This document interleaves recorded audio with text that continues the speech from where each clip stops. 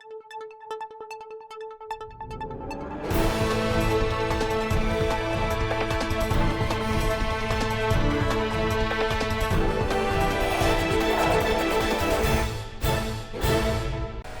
દર્શક મિત્રો, બી ન્યૂઝમાં આપ સૌનું હાર્દિક સ્વાગત છે। ચાલો નિહાળના સમાચાર। ભાવનગર જિલ્લામાં આવતીકાલે યોજાનાર ચૂંટણીને લઈને ઈવીએમની ફાળવણી કરાઈ। ભાવનગર જિલ્લા પંચાયતની 40 બેઠકો, 10 તાલુકા પંચાયતોની 210 બેઠકો અને 3 નગરપાલિકાની 96 બેઠકો માટે કુલ 346 બેઠકો માટેની ચૂંટણીઓ આગામી 28મી ફેબ્રુઆરીએ યોજાનાર છે।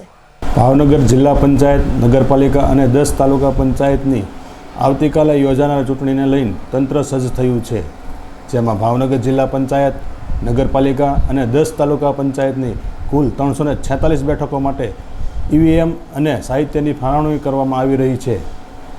ભાવનગર જિલ્લામાં 10 જગ્યાએથી ઈવીએમની ફાળવણી કરવામાં આવી રહી છે, જેમાં ભાવનગર ગ્રામ્ય, ઘોઘા, સિહોર, વલભીપુર, ઉમરાળા, તળાજા, પાલીતાણા, ગારિયાધાર, મહુવા, જેસર આ તમામ જગ્યાએથી ઈવીએમની ફાળવણી કરવામાં આવી રહી છે, જેમાં ભાવનગર જિલ્લા પંચાયત, નગરપાલિકા અને 10 તાલુકા પંચાયતની કુલ 346 બેઠક માટે કુલ 910 ઉમેદવારોએ પોતાની ઉમેદવારી નોંધાવી છે।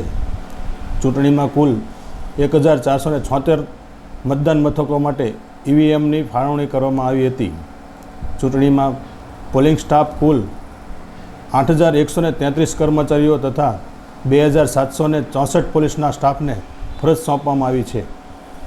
ચૂંટણી અધિકારી હિરલબેન દેસાઈએ જણાવ્યું હતું કે આવતીકાલે યોજાનાર ચૂંટણી માટે વહીવટીતંત્ર દ્વારા આખરી ઓપ અપાઈ રહ્યો છે।